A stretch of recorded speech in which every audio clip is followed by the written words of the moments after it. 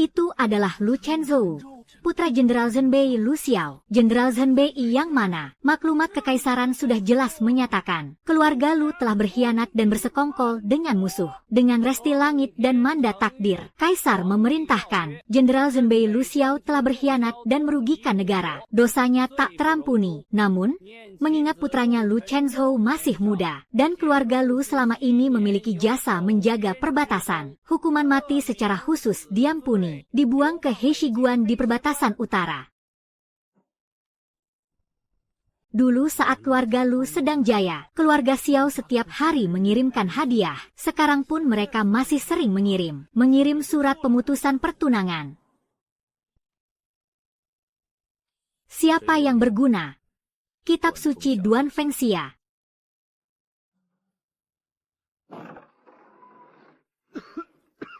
Bau ini sangat menyengat.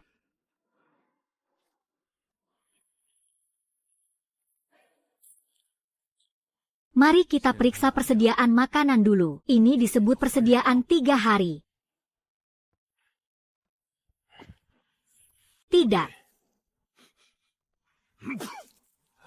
Meski sudah busuk, masih bisa dimakan, kan? Bisa. Setelah makan, kau akan diare sampai tidak bisa berdiri. Kalau begitu, lebih baik jangan dimakan. Minggir.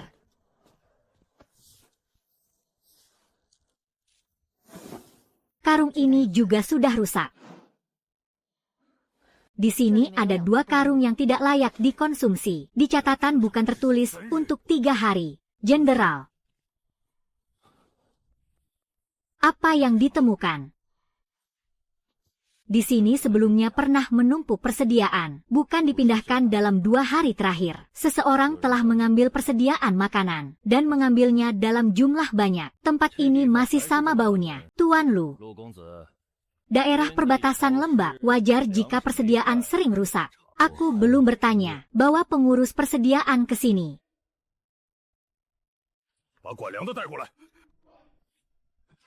Tuan Qi. Katakan, kemana persediaannya pergi? Tuan Qi, kasihanilah nyawaku. Aku tidak tahu, benar-benar tidak tahu. Masih belum mau mengaku. Tidak tahu, kau mengurus gudang tapi tidak tahu. Bulan lalu Biancheng memindahkan sejumlah persediaan. Katanya kebutuhan mendesak Jenderal Gu. Ada surat persetujuan dari kantor militer. Hamba hanya menjalankan perintah. Pengawas KO. Mengapa menatap pengawas ini? Biancheng adalah kota penting di utara. Kebutuhan militer harus diprioritaskan. Apa yang salah?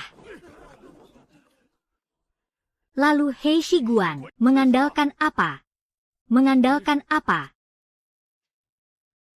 Konvo persediaan kekaisaran seharusnya tiba 10 hari lalu. Terhalang badai salju di perjalanan. Pengawas ini juga tidak bisa berbuat apa-apa. Alasan yang bagus, tidak bisa berbuat apa-apa.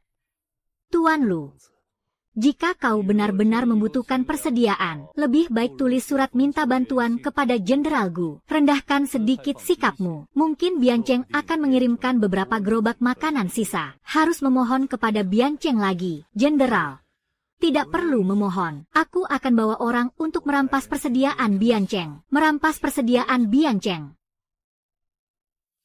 Bagus, Lu Chenzhou. Inilah prajurit yang kau latih. Berani merampas persediaan Biancheng. Apakah kau ingin memberontak? Aku yang bilang, apa hubungannya dengan jenderal? Biancheng tidak bisa dirampas. Kau benar-benar akan memohon kepada Gu Cheng'an. Aku bilang tidak bisa merampas Biancheng. Bukan berarti aku akan berlutut memohon kepada Biancheng. Kalau begitu, coba Tuan Lu jelaskan, dari mana persediaan akan datang?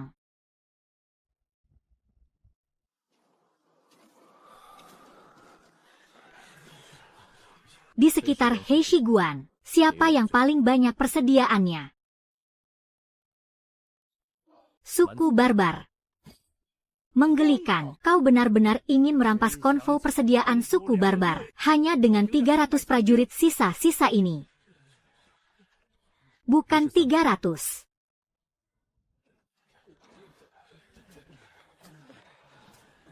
hanya yang masih bisa digunakan. Kaki palsu yang usang, pedang tumpul, pengetahuan tentang anjing hidup. Kamu harus memilih orang, harus memilih jalan keluar.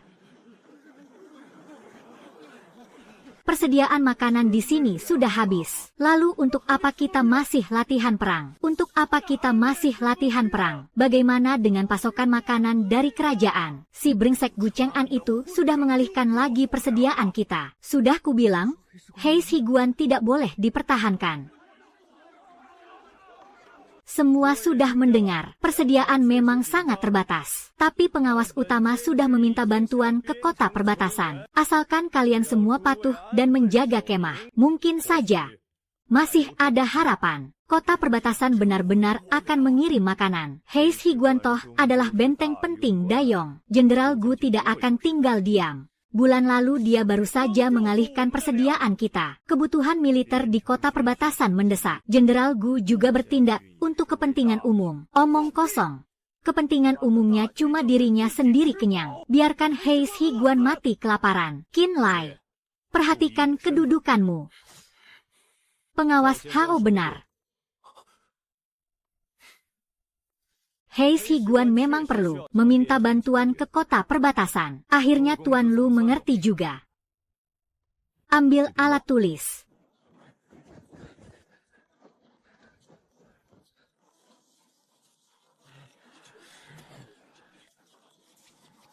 Tinta sudah siap.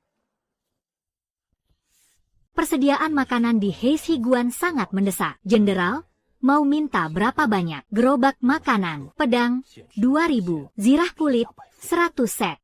Komandan penjaga Hei Higuan. Kirim ke kota perbatasan. Tuan Lu, nada surat ini tidak seperti meminta bantuan. Situasi perang genting seperti api, bukan mengemis tanpa alasan. Pengawas utama akan mengirimkan seseorang ke kota perbatasan. Hari ini dikirim. Tentu saja. Kumpulkan seluruh pasukan. Siap. Kamu benar-benar berharap Gu Chang'an memberi makanan? Tidak berharap. Lalu untuk apa kamu menulis surat? Biar dia tahu aku kekurangan makanan. Kamu sengaja membiarkan kabar ini tersebar. Hei Higuan kekurangan makanan. Suku barbar cepat atau lambat akan tahu. Daripada mereka tahu dari mulut orang lain. Lebih baik mereka tahu apa yang ingin kusampaikan. Surat itu adalah telinga. Seluruh pasukan berkumpul. Berdiri dengan rapi. Persediaan makanan di Hei Higuan paling banyak bertahan 2,5 hari. 2,5 hari. Setelah itu makan apa? Dengarkan dulu sampai selesai. Persediaan kota perbatasan dialihkan. Pasokan makanan kerajaan belum datang. Kalian boleh mengutuk.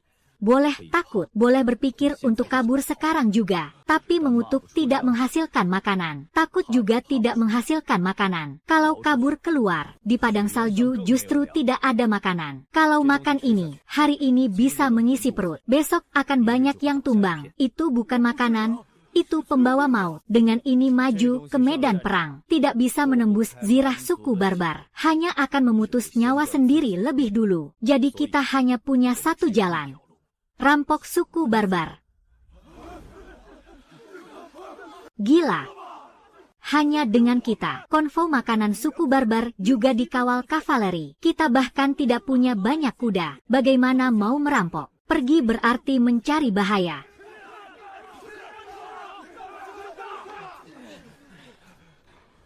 Siapa bilang?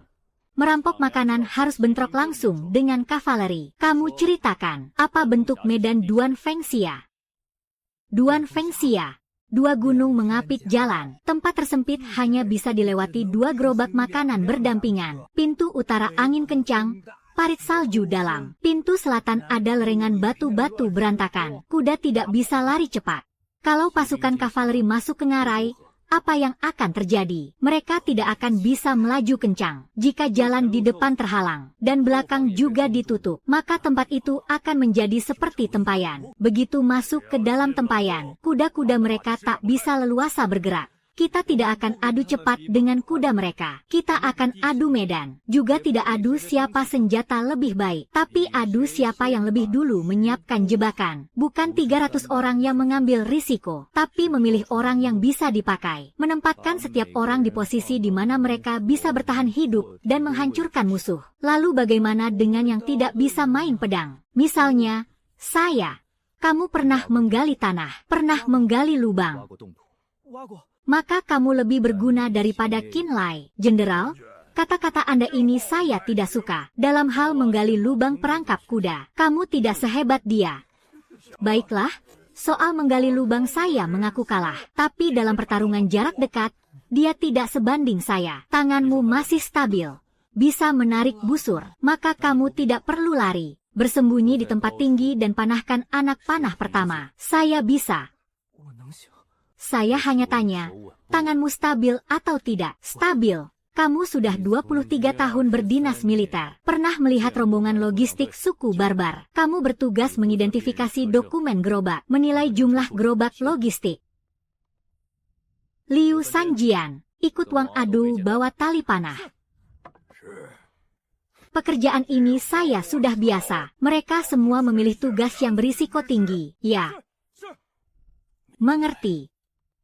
Saya juga punya tugas. Menyusun daftar nama prajurit terluka. Yang masih bisa bertempur atau tidak. Yang bisa mengangkut, bertahan, atau memanah. Dibedakan dengan jelas. Kamu bahkan mau memasukkan orang sakit. Saya masukkan agar mereka tidak sembarangan ditempatkan di posisi berbahaya. Baik.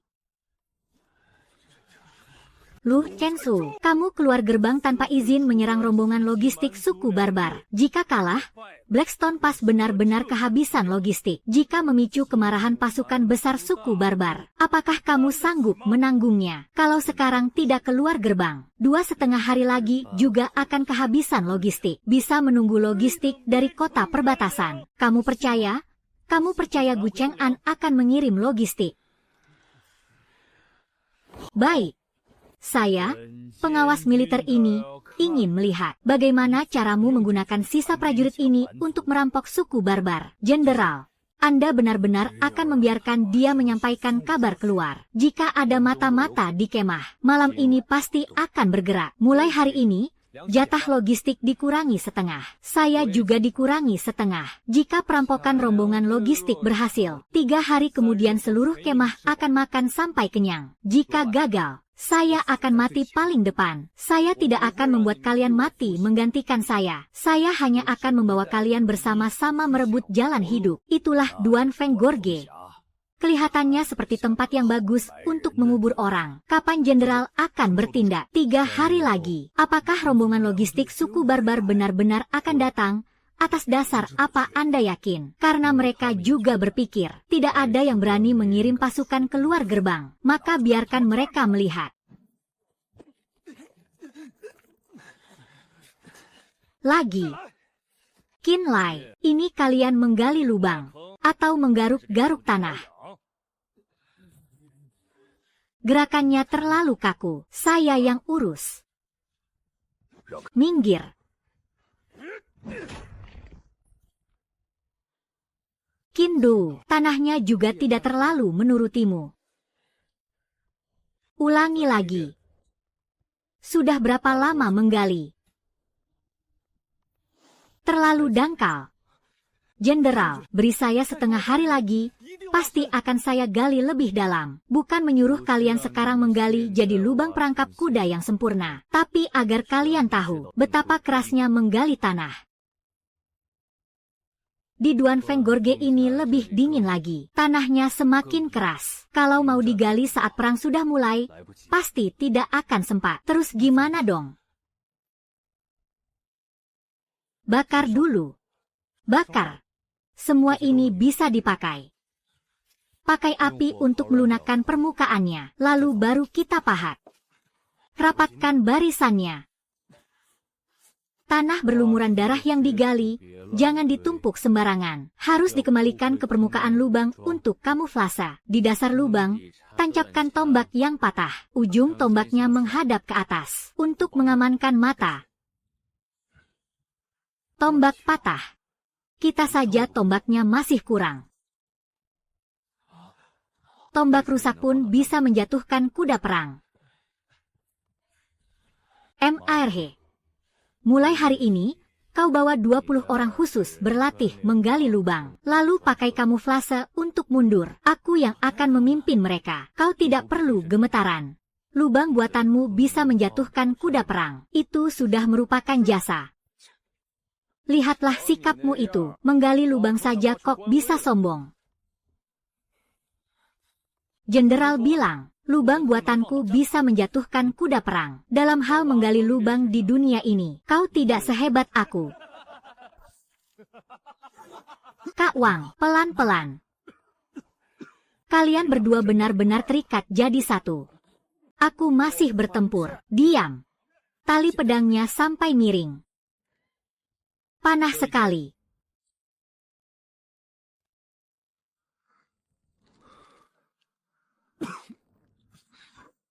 Kayak gini mau maju perang. Kak Wang tadi batuk. Kalau tidak, pasti kena. Tangannya tidak masalah. Berapa lama kau bisa menahan napas? Hilang akal.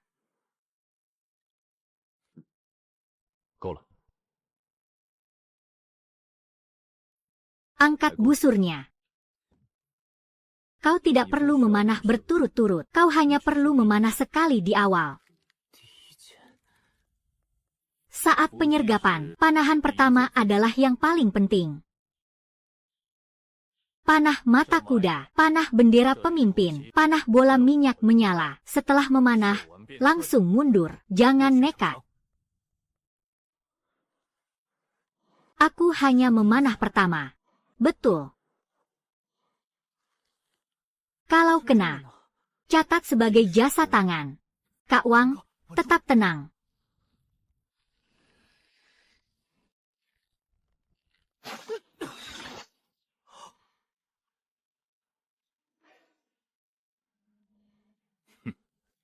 Prajurit, ada bakat juga. Jangan panggil aku prajurit. Kak Wang adalah pemanah tangan. Pasukan cepatmu mana? Sudah kusaring 23 orang. Aku butuh 20. 23 orang ini berani menyerang. Berani menyerang bukan berarti bisa bertahan hidup. Maksudnya, sudah kubawa. Atur mereka berbaris. Orang-orang ini merebut makanan, ikut aku, pasti tidak akan melarikan diri. Nama Suela Ohu. Kenapa masuk kem pasukan cacat? Melukai atasan. Kenapa berkelahi? Dia merebut wanitaku. Ini memang kurang terhormat, tapi dia jago berkelahi. Nama Lu Sandao. Kenapa masuk camp? Kalah judi gaji tentara, mencuri kuda camp. Tapi dia bisa menunggang kuda. Selanjutnya, bisa apa? Bisa melempar lembing pendek. Sekali. Jenderal, perang itu melihat pedang, bukan silsilah keluarga. Perang itu melihat orangnya. Kelima orang ini tidak masuk pasukan cepat. Kenapa? Jenderal. Aku tidak takut mati. Kamu tidak patuh perintah.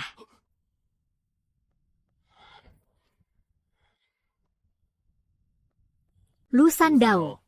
Kamu serakah akan harta. Melihat kereta bahan makanan mudah kalut. Luka di matamu parah. Bertempur malam tidak bisa melihat jelas. Aku bisa bertarung. Bisa melukai kawan sendiri. Pasukan Jeji butuh, majukan cepat, mundur cepat, bukan garang. Terlalu garang akan mengejar. Mengejar, akan mati. Kalian berdua tidak masuk pasukan Jeji. Mereka sudah tua. Mereka patuh perintah. Kalian berani menyerbu, kaki agak lambat.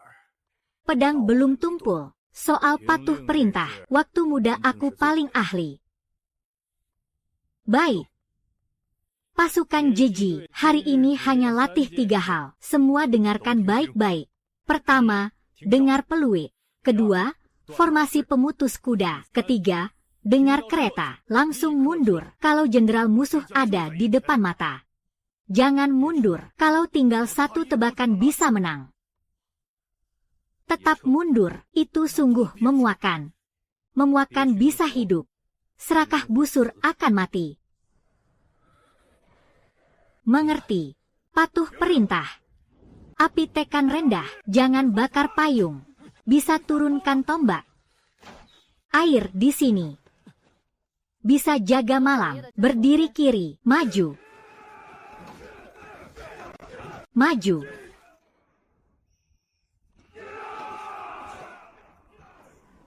Ulang. Mundur ke titik awal. Cepat mundur. Kamu mati. Lagi. Mundur pergi.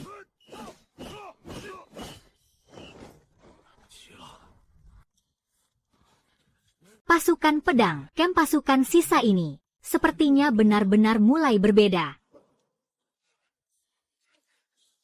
Hamba ini banyak bicara. Semua mundur. Tidak bisa tunggu lagi. Pertama beri mereka tahu, gerbang Heishi hampir kehabisan bahan makanan. 3 hari lagi putus blokade. Camp pasukan sisa sudah dilatih. Pasukan sisa ini tidak boleh benar-benar menjadi pasukannya. Kamu datang tepat waktu.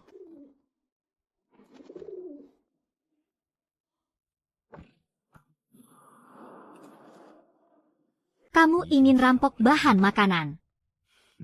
Lihat saja apakah nyawamu cukup untuk merampok.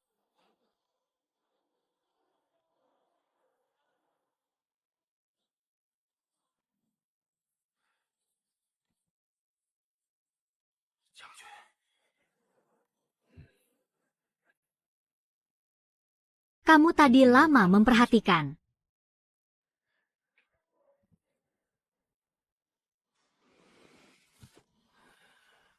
Hamba ini cuma orang tua pincang. Kamu bukan.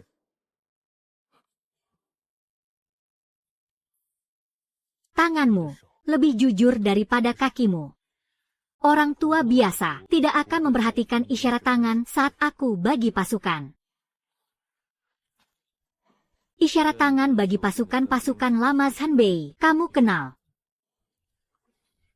Mata tua hamba kabur. Salah lihat. 3 hari lagi rampok bahan makanan. 3日后抢粮. Kamu jaga tali pintu selatan. Tahan kuat.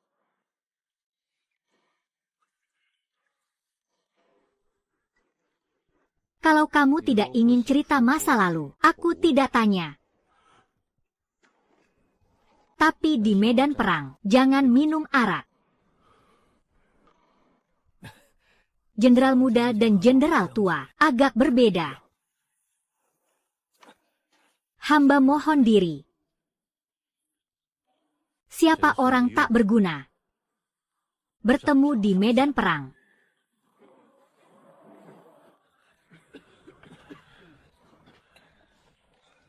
Selanjutnya, Nona Jiang, luka ini dulu hampir tebas sampai tulang. Kamu catat aku luka berat. Aku tidak perlu keluar gerbangkan. Luka lama adalah luka lama. Otot masih bisa gerak. Tanganmu masih bisa menggenggam pedang. Kamu cuma mau cari enaknya saja. Salah orang. Aku takut jadi beban kalian. Kamu takut jadi beban.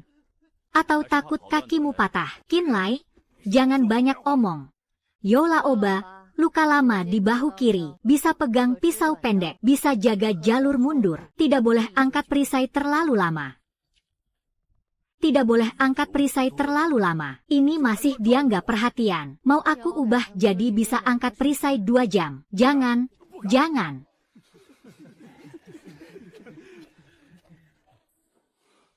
Zhao Xiaoman.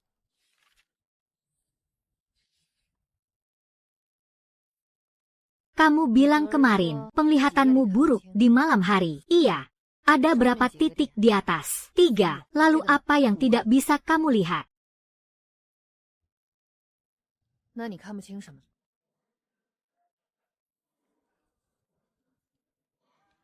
Jauh tidak jelas. Dekat masih bisa. Tidak cocok jaga malam atau lihat jauh. Bisa belajar bahasa pedang, meracik obat. Aku juga bisa bagi obat. Bisa. Tanganmu halus, penglihatan dekat masih bagus. Asal jangan sampai salah antara rumput kertas dan rami. Aku bisa belajar. Kalau tidak bisa, aku pukul telapak tanganmu.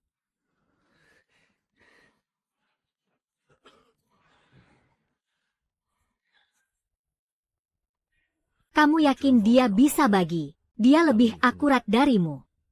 Aku juga bisa menilai orang. Kamu lihat semua orang seperti bisa maju perang, selesai bertarung, lalu mati. Jenderal, kamu bicara memang tidak enak didengar. Kata-kata manis tidak bisa selamatkan nyawa.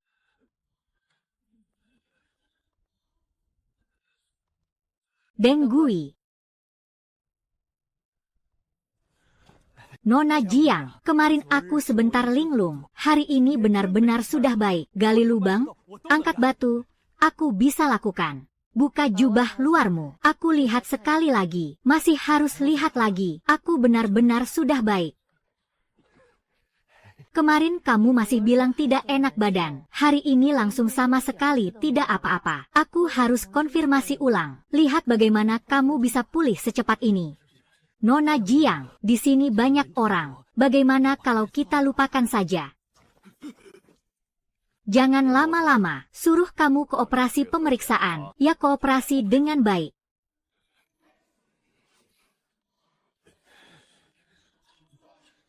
Tunggu sebentar.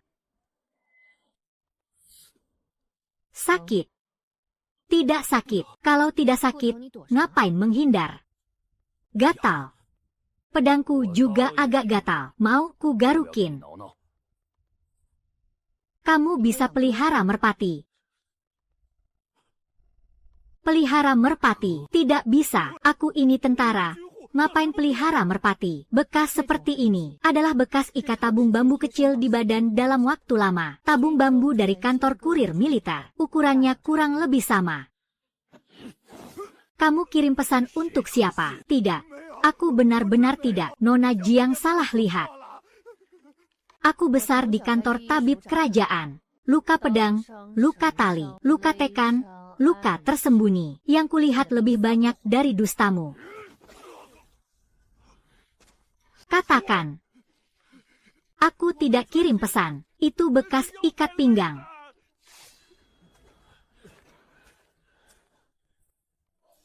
Lepaskan dia, Jenderal. Orang ini bermasalah. Aku tahu.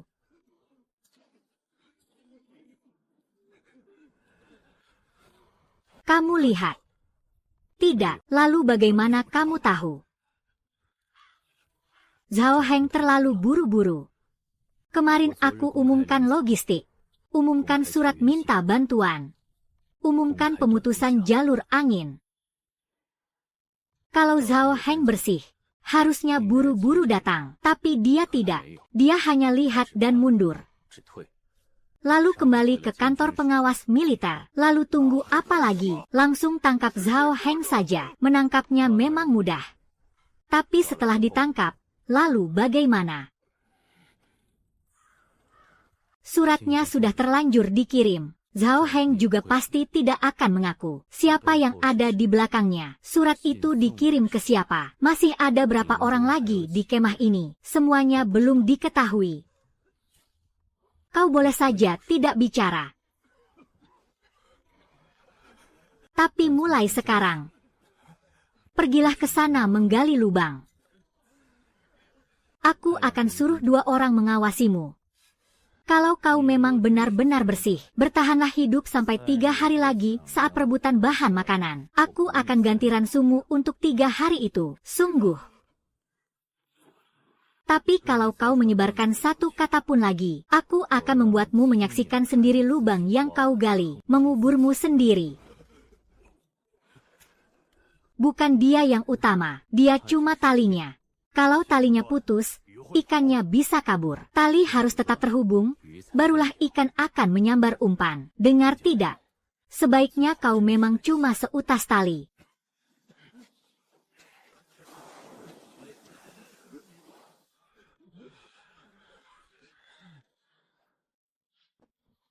Jadi dari dulu kau sudah tahu, di bara pakaian mungkin ada mata-mata. Tidak pasti. Lalu kenapa kau menyuruhku memeriksa luka? Itu juga untuk menyelidiki mata-mata. Ya. Jadi aku sibuk semalaman. Kau sudah memasukkan aku dalam perhitunganmu sejak awal. Lu Chengzhou. Apa kau merasa semua orang harus kau letakkan di papan caturmu? Prajurit yang terluka, yang sakit kaki, Qin Lai, bahkan si Wang Ado itu. Semuanya kau hitung dengan sangat jelas. Kalau tidak dihitung, akan lebih banyak lagi yang mati. Tapi setidaknya kau harus memberitahuku. Kalau ku beritahu, saat memeriksa lukamu, kau tidak akan terlihat wajar. Deng Gui tidak takut pada Qin Lai, juga tidak takut padaku. Karena dia tahu yang kami perhatikan adalah pedang, adalah kaki, adalah sorotan mata. Tapi dia tidak menyangka, kau justru memperhatikan lukanya. Lu Chengzhou, orang sepertimu, lambat laun akan menghitung dirimu sendiri sampai mati. Sudah termasuk dalam hitungan. Kalau serangan di Duan Feng Gorge gagal, aku akan mati sebelum dia dili.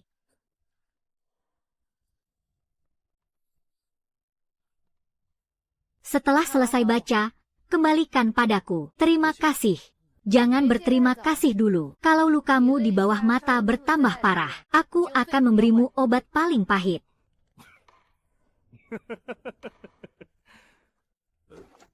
Aku tidak dengar apa-apa.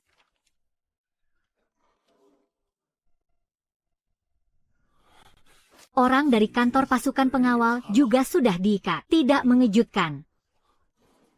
Lalu malam ini bagaimana? Biarkan mereka terus menyebarkan. Malah disebarkan. Tapi disebarkan dengan salah. Informasi palsu. Malam ini sebarkan kabar. Rencana perebutan bahan makanan diubah ke East Valley. Tapi kita sebenarnya tetap menuju Duan Feng Gorge. Tidak. Lokasi penyergapan yang sebenarnya juga harus diubah. Jenderal, sebenarnya mau menyerang di mana?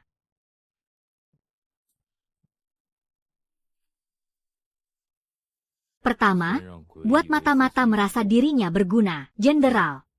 Dulu di ibu kota, apa kau juga begini caranya menghadapi orang? Orang-orang ibu kota lebih sulit dihadapi daripada suku barbar. Kalau begitu lebih baik suku barbar. Setidaknya kalau dihantam pedang, akan mengeluarkan darah. Dengar kabar belum? Jenderal mengubah keputusannya. Tidak jadi ke Duan Feng Gorge. Katanya Duan Feng Gorge terlalu berbahaya. Khawatir suku barbar sudah berjaga-jaga. Jadi lebih baik ke East Valley. East Valley. Bukannya itu lebih jauh. Kecilkan suara, jangan sampai kantor pasukan pengawal dengar.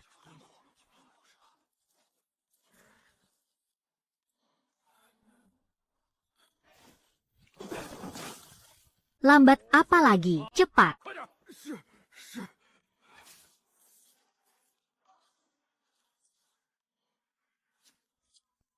Perutku sakit, aku ke jamban dulu.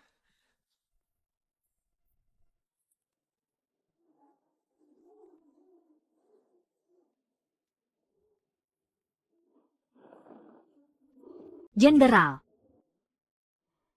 Di kemah ada mata-mata. Terbang ke arah mana? Mau pilih yang mana? Aku yang akan habisi si mata-mata itu. Jangan buru-buru. Masih bilang jangan buru-buru. Mata-mata itu sudah mulai beraksi.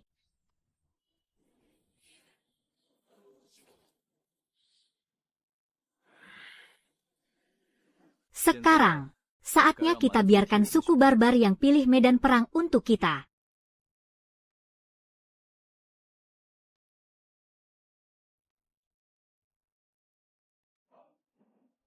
Jenderal, aku masih belum paham. Apa yang belum kau pahami, Qin Lai?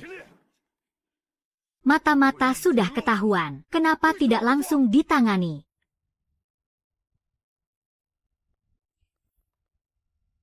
Tangkap Deng Gui.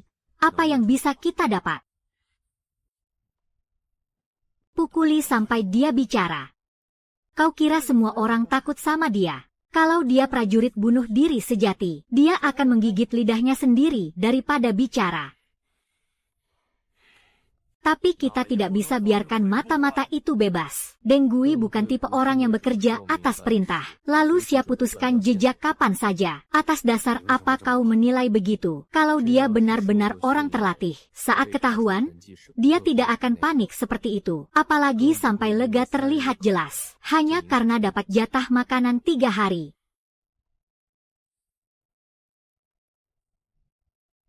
Dia orang yang disuap. Orang yang disuap masih bisa dipakai. Bisa. Kau mau dia terus kirim pesan palsu. Bukan suruh dia yang kirim. Tapi buat dia mengira. Dia berhasil mencuri informasi asli. Kalian yang jago strategi ini, hatinya memang kotor semua. Merpati abu-abu terbang ke utara, bisa sampai mana? Kalau merpati biasa, tidak bisa terbang melewati pegunungan salju. Tapi kalau merpati abu-abu peliharaan suku barbar, bisa sampai pos pengintai di luar Bukit Serigala Abu. Suku barbar ada pos pengintai di Bukit Serigala Abu. Dulu ada. Dulu. Hansi Pincang, sebanyak apa kau tahu? Cuma hidup lebih lama beberapa tahun. Tahu beberapa jalur lama saja. Kalau surat Deng Gui sampai ke Bukit Serigala Abu, balasannya paling cepat berapa lama? Semalam. Kalau dihitung begitu, sebelum senja besok, pasukan perbatasan utara pasti akan bergerak. Kalau begitu kita siapkan pertahanan lebih dulu. Tunggu mereka datang. Tidak. Lagi-lagi tidak, Jenderal. Bisakah kau selesaikan bicaramu sekaligus? Besok kita latihan perang seperti biasa. Latihan perang. Latihan buat diperlihatkan ke mata-mata. Kau mau Deng Gui lihat apa? Lihat kita menyiapkan kuda setengah zirah, pemanah minyak api, semua ke lembah timur. Buat Deng Gui mengira kita benar-benar mau serang lembah timur. Belum cukup. Jalur angin terputus tetap disiapkan. Tapi jangan sampai Deng Gui lihat. 2 sisi disiapkan. Pasukan kita sudah sedikit. Makanya lembah timur cuma pura-pura. Jebakan sesungguhnya ada di mulut selatan jalur angin terputus. Lembah timur jalannya jauh. Kalau suku barbar benar-benar percaya, paling mereka kirim pasukan penyergap. Kereta barang tidak akan lewat lembah timur. Kereta barang berat, kudanya lambat. Lewat jalan jauh malah berbahaya. Lanjutkan.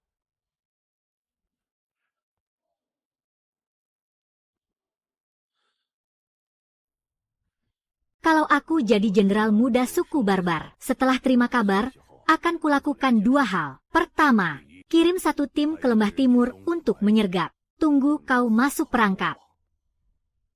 Langkah kedua lebih krusial. Kedua, suruh konvoi kereta tetap lewat jalur angin terputus, tapi setengah hari lebih cepat lewat jurang. Hindari waktu yang sudah kau hitung. Qin Lai, kalau begitu kita tunggu lebih awal di jalur angin terputus. Tunggu terlalu awal. Di tengah badai salju tidak bisa sembunyi lama. Orang akan kedinginan. Kuda juga bisa panik. Makanya tempat tersempit di mulut selatan teluk angin terputus paling pas. Jadi, kita akan menunggu mereka di lereng berbatu di mulut selatan.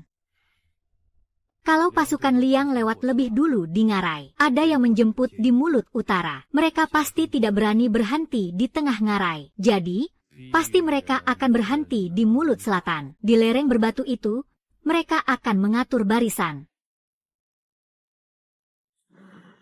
Artinya, kita tidak akan menyerang mereka di dalam ngarai. Kita akan serang tepat saat mereka baru saja merasa lega. Lihai sekali. Itu pujian. Di medan perang, ini pujian yang besar. Besok siang, umpan yang akan disiapkan di lembah timur. Biarkan Deng Gui melihat MAR dan anak buahnya pergi ke desa Yumu. Biarkan Zhao Heng melihat Qin Lai memilih orang untuk latihan pedang. Dan pastikan orang-orang dari kantor pengawas mendengar bahwa aku akan menyergap di lembah timur. Lalu, siapa yang akan mempersiapkan mulut selatan ngarai Duanfeng? Kamu. Kakinya pincang. Jadi, tidak ada yang akan curiga padanya. Butuh berapa orang? 5. Terlalu sedikit. Terlalu banyak orang malah meninggalkan jejak. Kamu hanya perlu lakukan 3 hal.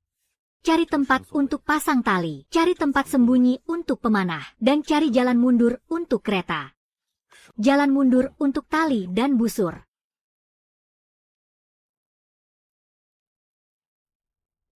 Jenderal tua dulu juga suka bilang begitu. Lu Chengzhou.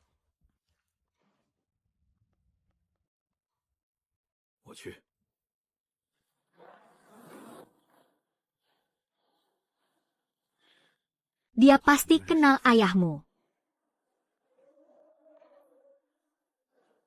Aku tahu. Lalu kenapa kamu tidak tanya? Kalau dia mau cerita, dia pasti akan cerita. Bagaimana kalau dia tidak pernah cerita? Itu artinya aku belum cukup dipercayanya.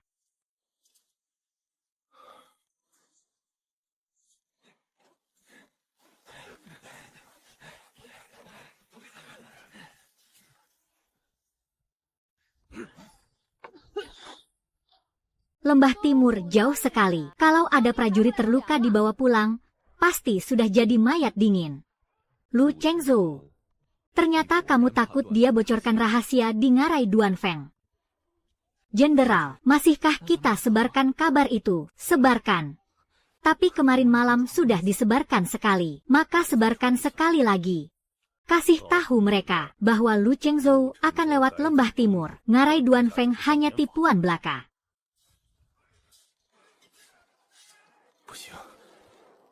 Jangan biarkan dia hidup merebut Liang kembali. Terlalu dibuat-buat. Nona Jiang, aku benar-benar kesakitan. Angin di lembah timur kencang. Kalau besok benar-benar terjadi pertempuran, luka seperti ini pasti tidak akan sembuh dengan cepat. Benar.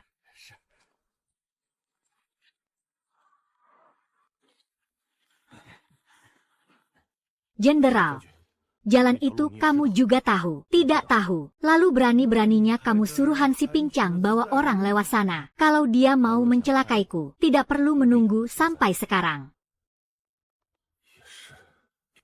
Tapi kakinya itu, orang yang kakinya pincang, paling tahu jalan mana yang sulit dilalui.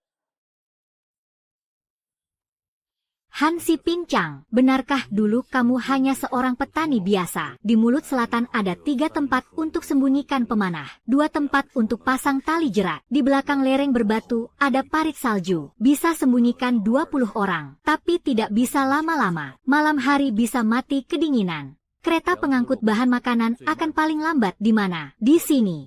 Roda akan terperosok, harus turun dan dorong. Disinilah kita serang. Bagaimana dengan jalan keretanya? Parit kecil di tenggara bisa untuk mundur, tapi hanya bisa untuk orang, tidak untuk kereta. Lalu kereta bahan makanannya bagaimana? Keretanya tidak kita bawa mundur. Lalu kita rampas apa? Bahan makanan dibongkar, dibawa dengan dipikul. Yang tidak bisa dibawa, dibakar. Membakar bahan makanan. Kita rampas bahan makanan untuk bertahan hidup, bukan untuk serakah. Kalau serakah bawa kereta, jalannya lambat, nanti dikejar balik oleh suku barbar. Semua orang bisa mati. Baik. Aku ikuti kata-katamu. Jenderal, ada cahaya api di kedua tempat. Mereka benar-benar masuk perangkap. Ada cahaya api di dua tempat. Artinya ada musuh di kedua sisi. Kalian cuma segini orangnya. Justru karena ada musuh di kedua sisi. Kesempatan baru terbuka di gerbang selatan Duan Feng. Apa kamu pernah mikir? Jangan-jangan suku barbar lebih cerdas dari yang kamu kira. Sudah. Terus kenapa masih pergi? Makanya aku yang pergi. Tenang, Nona Jiang. Jenderal tidak akan mati. Aku yang mati duluan sebelum dia. Diam, nggak ada yang nanya. Sampaikan perintah. Siap. MARH. Bawa regu pemanah kedua berangkat sekarang. Tembaki lubang. Wang Adu. Tinggalkan 3 kati. Ikut regu penjaga busur. Qin Lai. Bawa regu penyergap ketiga keluar ke padang. Han Cheng yang tunjukkan jalan. Seluruh regu dilarang menyalakan api. Dilarang bersuara keras. Dilarang mengejar sembarangan. Siap. Kalau aku gugur, Qin Lai bawa semua orang mundur ke Blackstone Pass. Jenderal, ingat.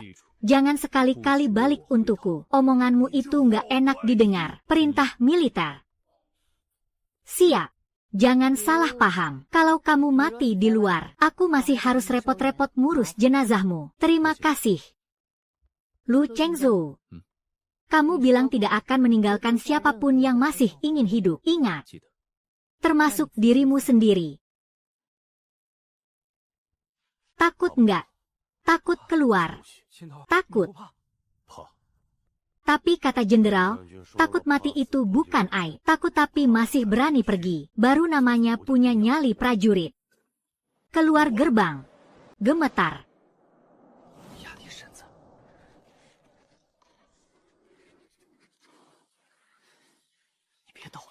Saljunya sampai mau runtuh karena gemetaranmu. Kamu nggak gemetar.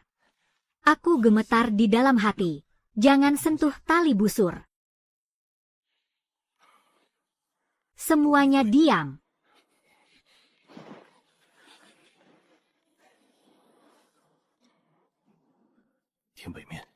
Masih berapa lama?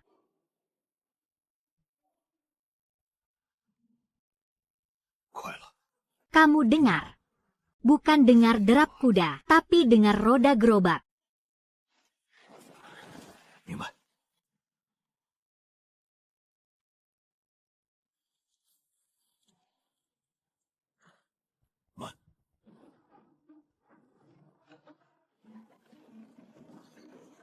Lindungi kedua sisi. Jenderal, jumlahnya tidak sesuai. Setelah terima pesan, mereka tambah pengawal.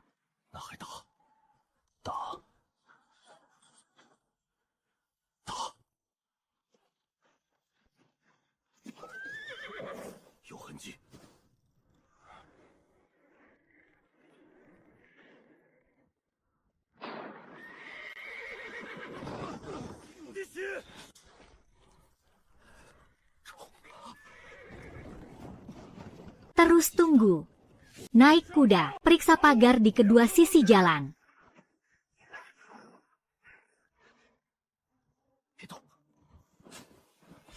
Periksa pelan-pelan.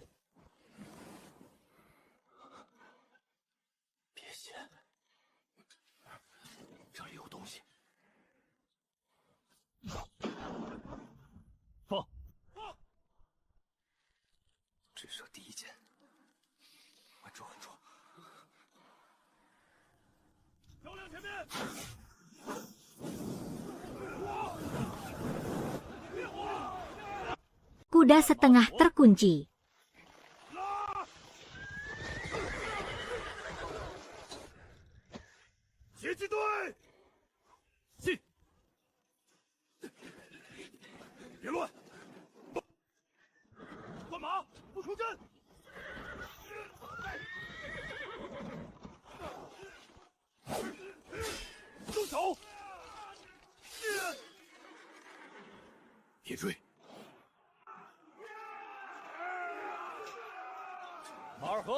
Halangi gerobak belakang.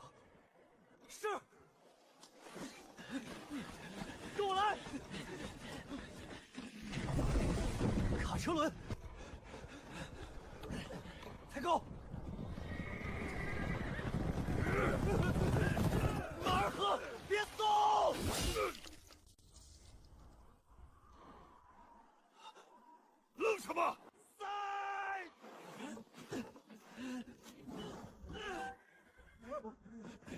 一起！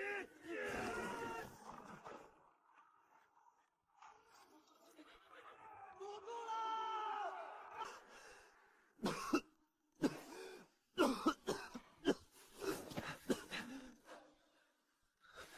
王哥，撤！再见。 Jangan tembak lagi, kata jenderal. Kamu cuma menembak panah pertama. 那是没机会的时候。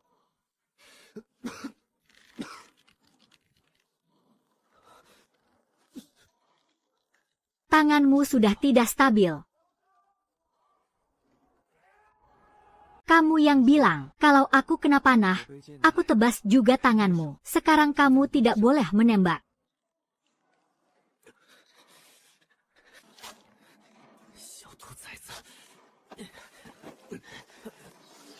Kamu marah pun aku harus mundur. 靠住石头，做得对。去前车，决战！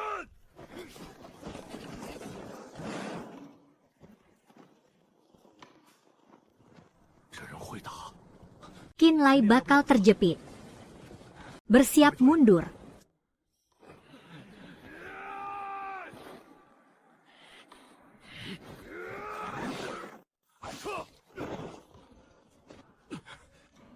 Kali ini belum mati. Jangan pergi. Yang penting hidup. 拿下主将！将军，将军！拉！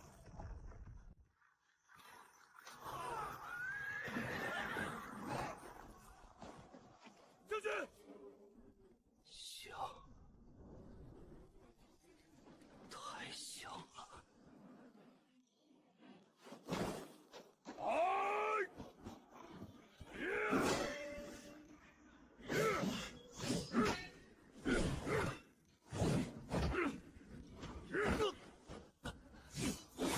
将军，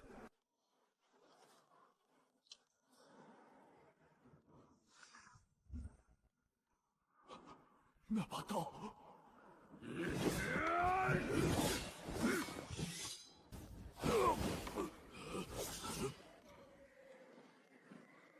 Jatah makanan ditinggal. 人滚！ 压住他们！退后！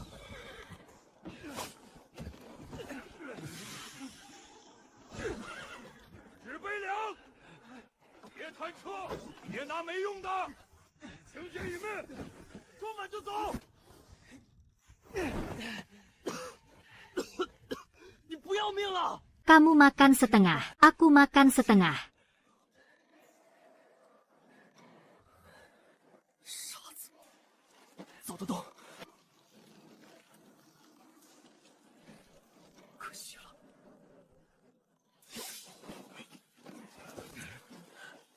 Pulang dan beritahu orang-orang kalian. 告诉什么？ Blackstone Pass sudah ada yang jaga.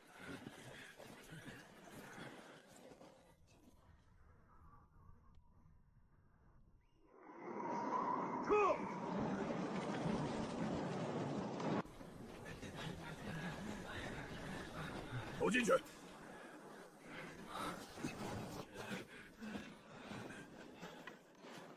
知道，我父亲留下的。跟上。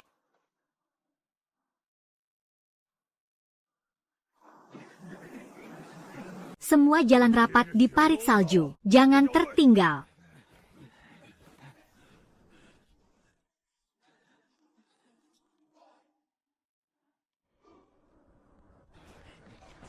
Jatah makanan digenggam erat. Lihat jalan di bawah kaki. 我帮你，不要。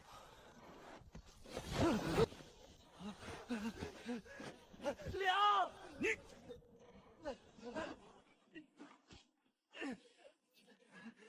起来！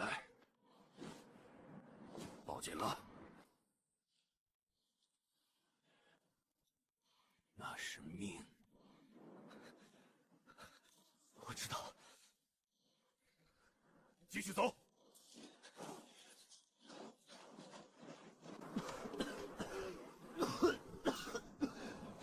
王哥，撑住！跟紧。没死，少说话。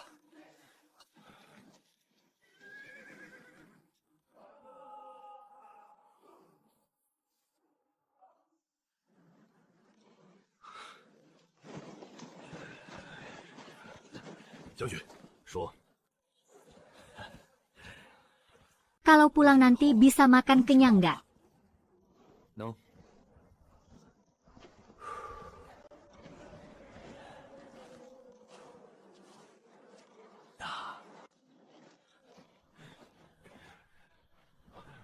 Kalau begitu malam ini, bisa makan enak nggak? Tergantung kalian bawa pulang berapa banyak. 够了。 Kalau begitu malam ini, aku mau makan 2 mangkok. Ini jatah makanan suku barbar.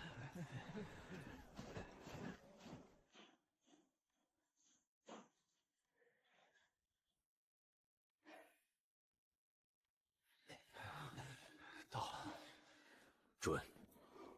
2碗。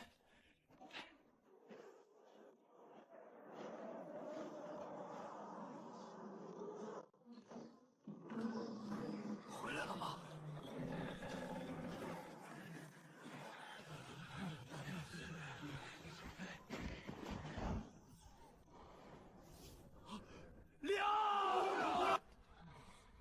真抢回来了，这是蛮族粮。 Ada dagingnya. Siapa bilang ini punyaku? 老天爷，真有肉！慢点，别把粮洒了。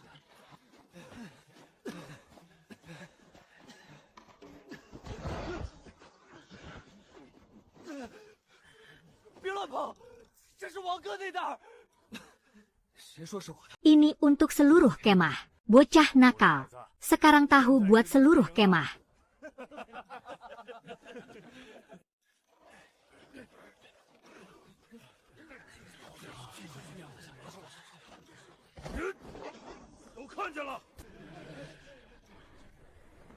Jatah makanan suku barbar. Aku berhasil merebutnya kembali.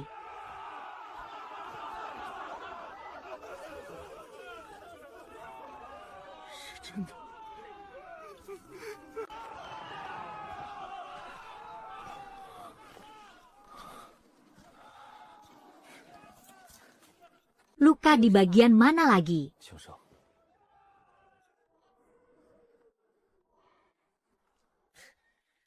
Luka ringan menurut mulutmu. Apa selama masih bernapas, itu tetap dianggap ringan? Nona Jiang, kali ini benar-benar tidak parah. Setidaknya jenderal masih bisa berjalan.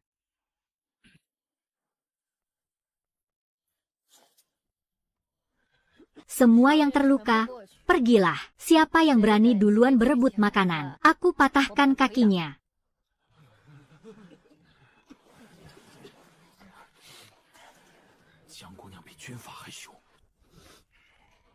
Dengarkan dia. Dengar tidak, yang terluka ke tenda ganti baju, yang lain bawa bahan makanan ke gudang. Siapa yang berani menyentuh diam-diam? Aku potong cakarnya.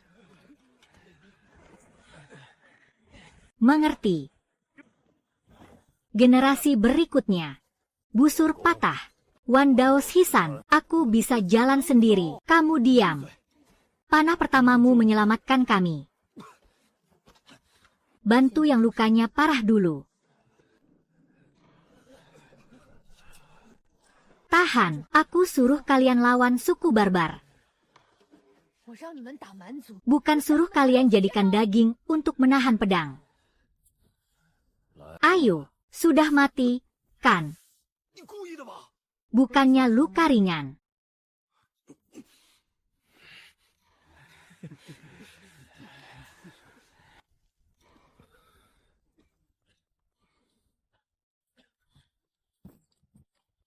Buka jubah luarnya. Aku periksa ulang. Bahan makanan di luar belum selesai dihitung. Kamu mau urus sendiri. Atau aku suruh Qinlai bawa kamu kembali, Jenderal. Aku dengar Nona Jiang.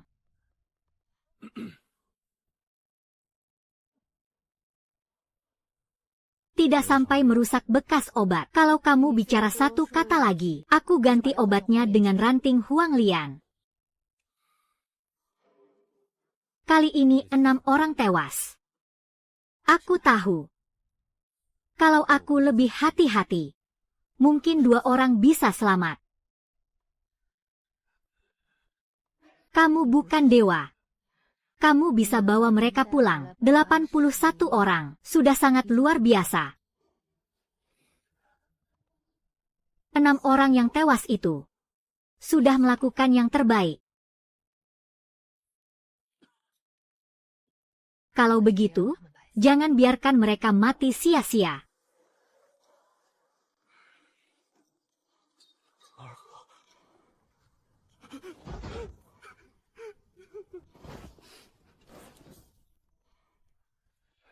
Paman Hi, aku bawa kembali bahan makanannya. Karungmu juga kubawa. 我也背回来了。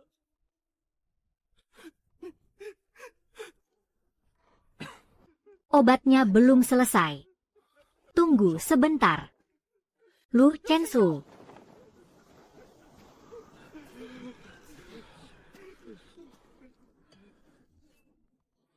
Hi Mantang, 16 tahun berdinas. Hari ini tewas oleh panah, menahan pedang untuk rekan. Tewas di belakang gerobak bahan makanan. San Qi. Sebelum keluar gerbang bilang kakinya lambat. Panah musuh sulit dihindari. Tertembak panah suku barbar.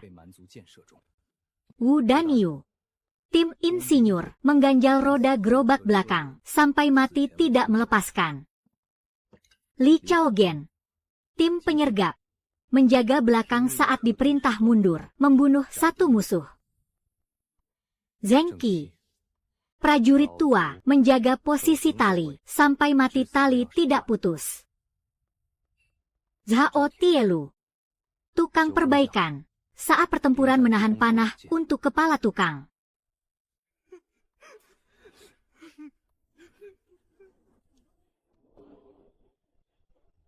Hari ini ada bahan makanan, tidak ada perayaan. Catat nama mereka dulu. Jatah bahan makanan mereka, bagikan kepada rekan seperjuangan. Prestasi militer mereka dicatat di jilid pertama Batalion Tiger Roar. Mulai hari ini, Batalion Prajurit Cacat berganti nama, Batalion Tiger Roar. Kalian bukan prajurit cacat yang tidak diinginkan. Kalian adalah prajurit yang ikut aku, merebut kembali bahan makanan dari mulut suku barbar. 6 orang yang tewas hari ini tidak mati sia-sia. Bahan makanan yang mereka tukar cukup untuk bertahan hidup seluruh batalion. Dan cukup untuk kalian ingat, kenapa perintah militer tidak boleh diabaikan. Kenapa meriam tembaga itu tidak boleh dibuang.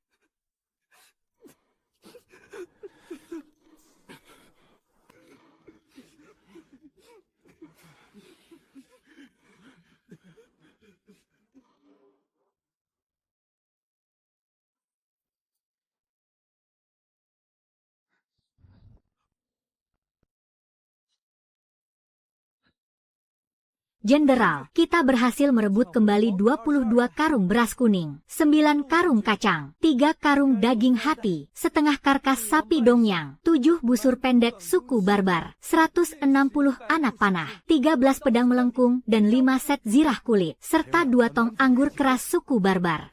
Anggur keras itu untuk tenda medis. Nona Jiang, itu kan anggur, itu juga obat luka, untuk tenda medis. Baik. Malam ini seluruh kemah dapat tambahan makanan. Setiap orang dapat semangkuk bubur kental.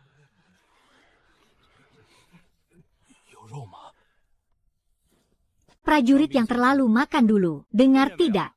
Kalau mau makan daging, lain kali ingatlah untuk menangkis pedang untukku. Kamu jangan ajari mereka untuk terluka. Sekarung ini antar ke tenda medis.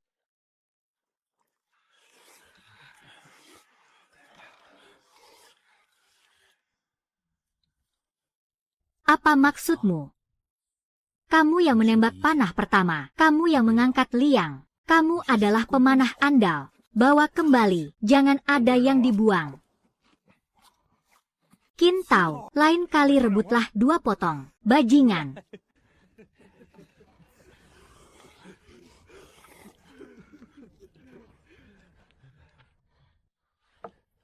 Makan. Aku tidak lapar. Kalau kau bilang tidak lapar lagi, aku akan suruh Qin Lai menahanmu dan menyuapimu.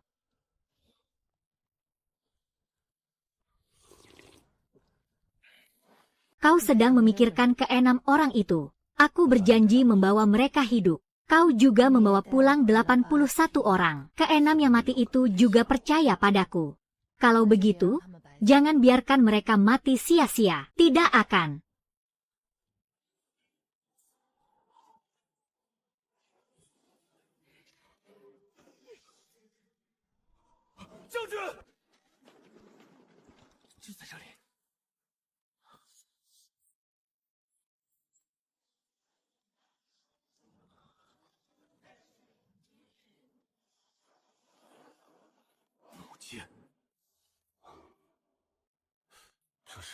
Pedang dayung kita.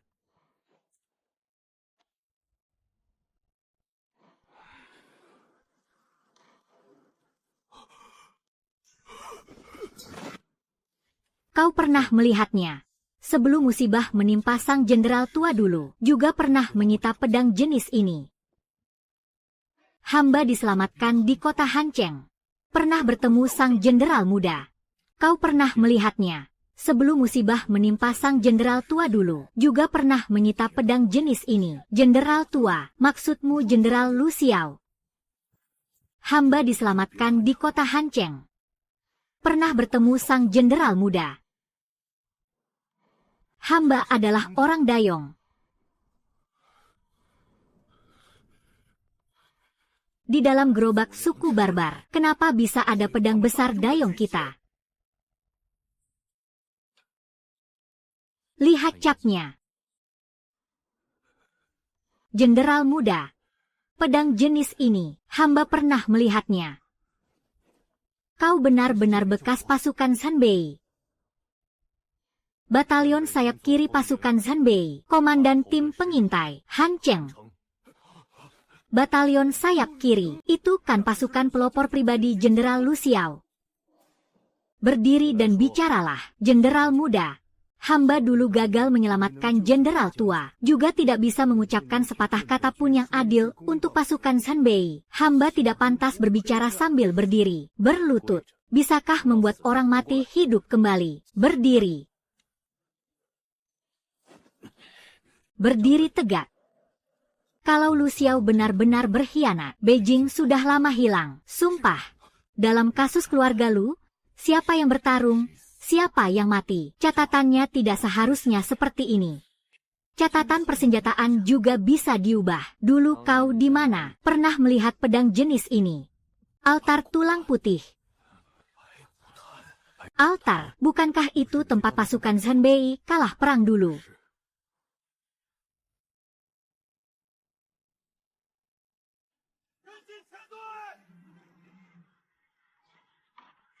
Pertahankan formasi. Jenderal, laporan rahasia menyebutkan konvoi suku barbar ada di garis barat. Kapan laporan rahasia itu sampai? 1 jam yang lalu, batalion sayap kiri bergerak ke garis barat.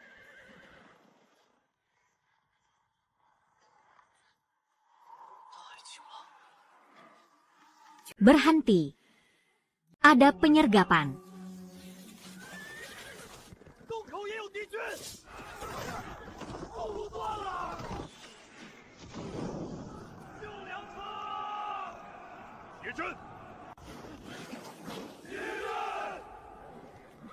Chihou baru saja keluar dari Jie Bianbei. Jalan mundur juga sudah diperhitungkan. Tidak bisa menahan serangan mendadak.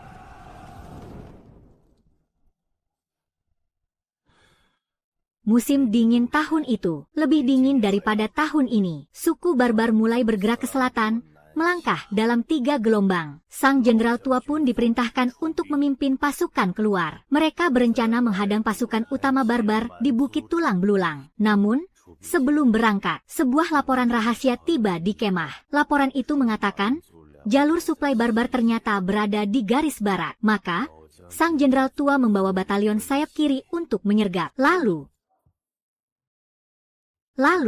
kami terjebak dalam penyergapan. Bukan penyergapan biasa. Suku barbar itu seolah sudah tahu segalanya. Mereka tahu posisi setiap unit pasukan Zanbei. Begitu burung kurir kami dilepaskan, langsung dicegat.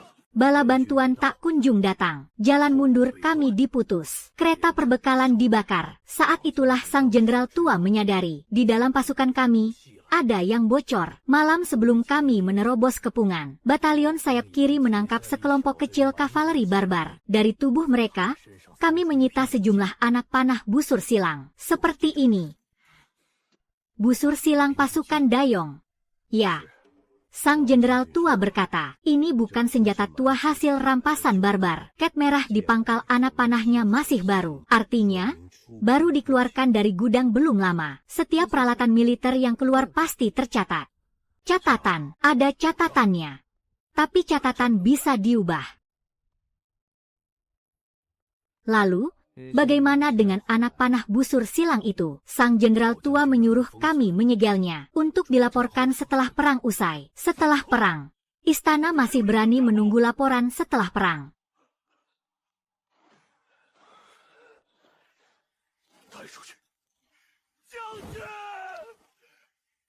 Jika aku tak kembali, bawa ini keluar. Jadi, dulu, ada yang memberikan peralatan militer dari Kementerian Pertahanan kepada suku barbar. Dan sekarang, masih ada yang melakukannya. Siapa? Di Bukit Tulang Belulang dulu. Berapa banyak bekas anggota pasukan Zanbei yang selamat? Katakan, secara resmi, pasukan Zanbei dituduh berkhianat dan bersekongkol dengan musuh. Anggota lamanya ada yang dipenggal, ada yang diasingkan, ada yang mengganti nama dan masuk ke pasukan perbatasan. Yang benar-benar selamat tak sampai 100 orang. Tak sampai 100 orang. Tersebar di perbatasan utara. Ada yang ditambang, ada yang di desa perbatasan. Ada yang jadi tukang rawat kuda di pasukan Gu Cheng'an. Dan ada juga yang tepat di sini, di gerbang Heishi. Siapa lagi? Hamba. Hamba tidak berani sembarangan menyebut nama. Sampai sekarang masih tidak berani. Tahukah kau, di masa lalu, apa hukuman bagi mereka yang melindungi bekas anggota keluarga Lu? Hukuman menyasar 3 generasi. Bukan mereka tidak ingin mengakui jenderal muda, tapi mereka tidak berani. Mereka punya istri, anak, dan orang tua. Ada yang sudah berjuang mati-matian untuk bertahan hidup, mengganti nama, berpura-pura gila, bergulat dalam lumpur di perbatasan. Jika jenderal muda hanya butuh sebuah perintah, hamba sekarang bisa memanggil belasan nama. Tapi setelah nama mereka disebut, Zhao Heng masih ada, pasukan Gu Cheng'an masih ada, dan tangan di balik layar di ibu kota juga masih ada. Hari ini mereka mengakui jenderal muda, besok keluarga mereka bisa terbunuh. Kau benar. Yang kubicara adalah bukti, bukan meminta bekas anggota pasukan keluar untuk menemani aku menempuh bahaya. Jenderal muda, hamba punya satu barang.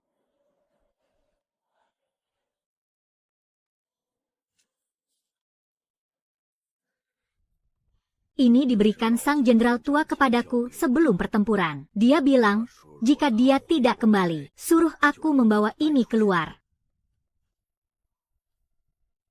Mengapa baru sekarang kau keluarkan? Karena saat itu hamba tidak tahu apakah jenderal muda bisa bertahan hidup sampai hari ini. Kau! Saat jenderal muda baru tiba di gerbang Heishi, di sampingmu ada Zhao Heng. Di dalam kemah ada pengkhianat. 300 prajurit yang tersisa hatinya buyar bagai lumpur. Jika saat itu hamba mengeluarkannya, itu hanya akan membunuhmu. Tapi hari ini, kau memimpin mereka merebut kembali perbekalan. Kau mencatat nama utusan. Kau tidak membiarkan Qin Lai menanggung risiko untukmu. Dan kau juga tidak meninggalkan anggota suku yang sakit seperti Wang Adu. Hamba, sekarang aku berani bertaruh. Bertaruh apa? Bertaruh bahwa sang jenderal tua tidak salah menilai anaknya sendiri. Di mana separuh lainnya? Tidak tahu. Jenderal tua hanya berkata, separuh lainnya itu bisa membuktikan dia tidak mengerahkan pasukan secara pribadi. Atas perintah, mungkin, jika separuh lainnya dari pasukan militer bisa membuktikan Jenderal Lu Xiao mengerahkan pasukan atas perintah, maka tuduhan berkhianat itu masih belum cukup membuktikan mengerahkan pasukan atas perintah. Hanya bisa membuktikan ayahku bukan menghasut pasukan. Tapi istana masih bisa berkata, dia berkhianat di tengah pertempuran setelah mendapat perintah. Lalu apa lagi yang dibutuhkan? Harus membuktikan ada yang membocorkan peta pertahanan. Ada yang memberikan persenjataan militer Kementerian Pertahanan kepada suku barbar. Ada yang sengaja membiarkan pasukan Zhenbei mati di pantai tulang belulang. Apa rencanamu? Pertama, bertahan hidup. Kasus pertempuran gerbang Heishi belum stabil. Tidak bisa menyelidiki apapun. Kem Harimau Mengaum belum menjadi pasukan. Bahkan jika bukti didapatkan, tidak bisa dikirim keluar. Jika aku sekarang buru-buru membalikkan kasus ini, ibu kota hanya perlu 1 dekret untuk membuatku dan 300 orang ini mati bersama. Jenderal muda. Busur panah disegel. Selain beberapa orang di dalam tenda ini, jangan bocorkan. Mengerti? Daftar anggota lama tidak perlu kau berikan padaku. Jenderal muda. Tunggu sampai mereka sendiri mau berdiri. Aku tidak akan menggunakan hutang budi lama keluarga Lu untuk memaksa mereka mempertaruhkan nyawa bagi keluarga Lu. Baik. Jenderal, pengawas Hao datang. Dia masih berani datang. Persilakan masuk. Tuan Lu. Dengar-dengar kalian menemukan sesuatu di karung perbekalan suku barbar. Pengawas Hao cepat sekali mendapat kabar. Perbekalan militer gerbang Heishi berada di bawah pengawasan kantor pengawas. Barang rampasan tentu harus dicatat ke dalam buku. Tidak tahu menemukan apa. Bahan makanan. Hanya bahan makanan. Dan beberapa pedang. Tidak ada yang lain. Pengawas Hao berharap ada apa. Pengawas ini hanya memeriksa sesuai prosedur. Periksa. Meja itu juga barang rampasan. Qin Lai. Kau mengancam kantor pengawas. Aku bertanya apakah dia lapar sampai ingin menggigit meja. Kenapa Tuan Lu buru-buru? Aku buru-buru ingin membuat Kamp Harimau Mengaum berkobar. Kamp Harimau Mengaum. Nama baru untuk kamp prajurit cacat. Siapa yang mengizinkanmu menggantinya? Tuan Lu jangan lupa. Kau masih berstatus terpidana. Istana memberimu 300 prajurit cacat, tapi tidak mengizinkanmu mengganti nama kamp. Pengawas HO bisa mengirim surat teguran ke ibu kota untuk nama baru kamp prajurit cacat ini. Kau pikir aku tidak berani? Kau berani. Tapi sebelum teguran itu sampai ke ibu kota, perbekalan, persenjataan, prajurit, dan pertahanan gerbang Heishi, semuanya aku yang menentukan. Kalau begitu, semoga Tuan Lu bisa terus bertahan hidup. Apakah dia akan mengirim surat lagi? Ya, lalu bagaimana? Biarkan dia mengirim. Suku barbar kehilangan perbekalan. Zhao Heng buru-buru memeriksa busur panah. Gu Cheng'an cepat atau lambat juga akan tahu gerbang Heishi tidak mati kelaparan. Pertama, buat kamp Harimau Mengaum benar-benar menjadi kamp terlalu berlebihan. Benar-benar ada daging.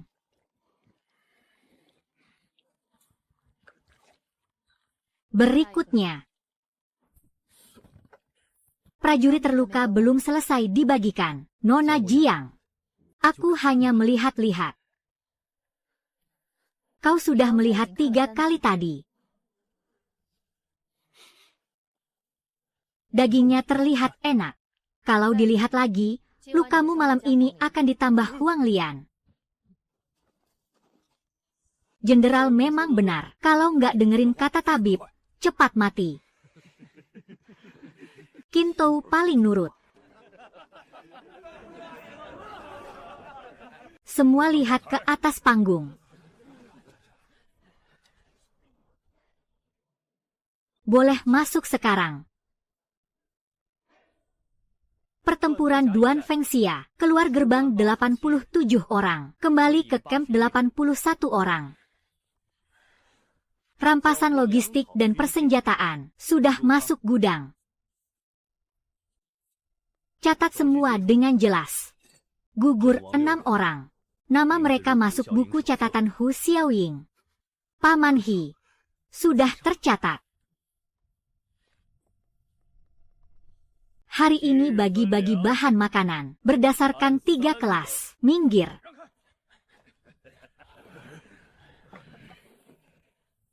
Tuan Lu. Rampasan bahan makanan ini milik persediaan militer He Shiguan. Seharusnya bukan hakmu untuk membagikannya sendiri, kan? Pengawas militer Zhao datang tepat waktu. Persediaan militer masuk gudang. Perlu tanda tangan kantor pengawas militer. Setidaknya kau masih tahu aturan. Apa maksudmu? Sebelum tanda tangan, verifikasi dulu. Pengawas militer ini tentu akan memverifikasi. Di depan seluruh pasukan. Lu Chenho, kau tidak percaya kantor pengawas militer? Aku percaya pada verifikasi. Pengawas HO tidak berani memverifikasi. Qin Lai, sekarang kau sudah pandai bicara mewakili komandan. Siapa yang merebut kembali bahan makanan, dialah yang berhak bicara. Bahan makanan milik He Shiguan, bukan milikmu, Qin Lai. Saat pedang suku barbar direbut tadi malam, pengawas militer Zhao ada di mana? Saat Wang Adu menembakkan panah pertama, kau ada di mana? Saat MAR menghentikan gerobak makanan, kau ada di mana?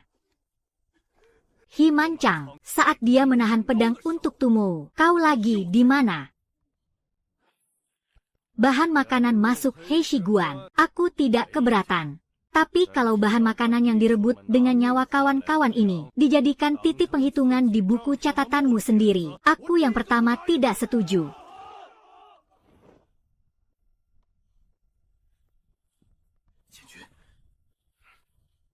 Bagus, sangat bagus, Tuan Lu. Pasukan yang kau latih berani melawan pengawas militer. Dia melawan. Kau tidak dengar. Aku hanya dengar dia bertanya, tadi malam pengawas Shao ada di mana? Hishu. Beras kuning 22 karung, kacang-kacangan 9 karung. Daging hati 3 karung, kambing beku setengah ekor, busur pendek 7 buah, panah 160 batang, pedang melengkung 13 bilah, zirah kulit 5 set, arak keras 2 gentong. Sudah masuk gudang pakaian. Itu jelas-jelas. Obat luka. Dan juga 1 buku. Buku catatan jasa militer. Silakan pengawas militer Zhao tanda tangan juga.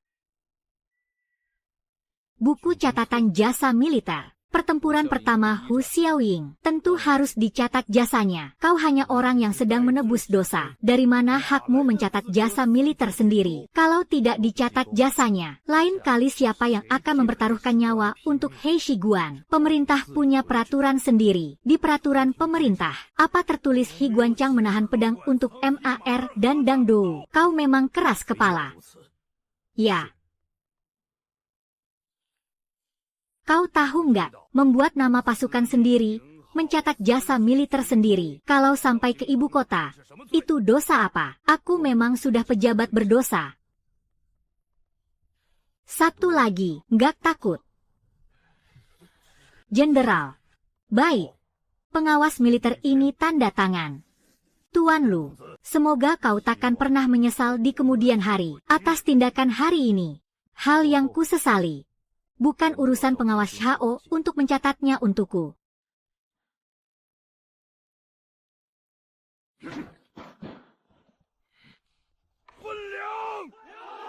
Kategori pertama, mereka yang gugur dalam pertempuran, Dicatat dalam daftar yang sama, tambahan setengah porsi ransum. Jika ada keluarga yang terdaftar di rumah, rampasan perang akan diprioritaskan untuk dikirim nanti. Kategori kedua, mereka yang berjasa, tambahan daging, tambahan bubur kental. Qinlai.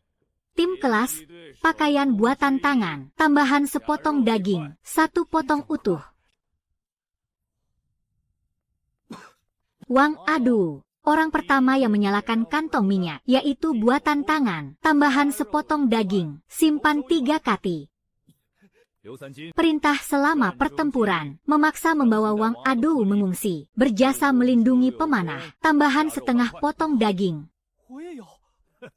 Kau memang tak punya harga diri, Jenderal. Aku tidak mengambil nyawa. Kau menyelamatkan orang. Dengar tidak, menyelamatkan orang juga dianggap berjasa. MARH. Mengganjal gerbong belakang, mengamankan evakuasi tim logistik. Jenderal.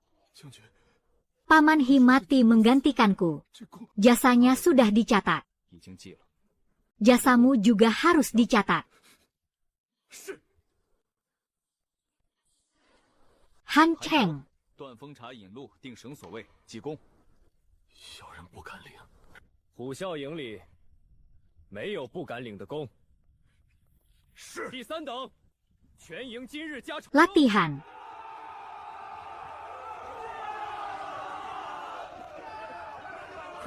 Jenderal. 慢点儿，将军， Cepat. 这气太破了。破气 Milikku. 哪儿好？ Buat mereka ingat. Dari mana mereka bangkit? 起来的。 Balikan bendera itu.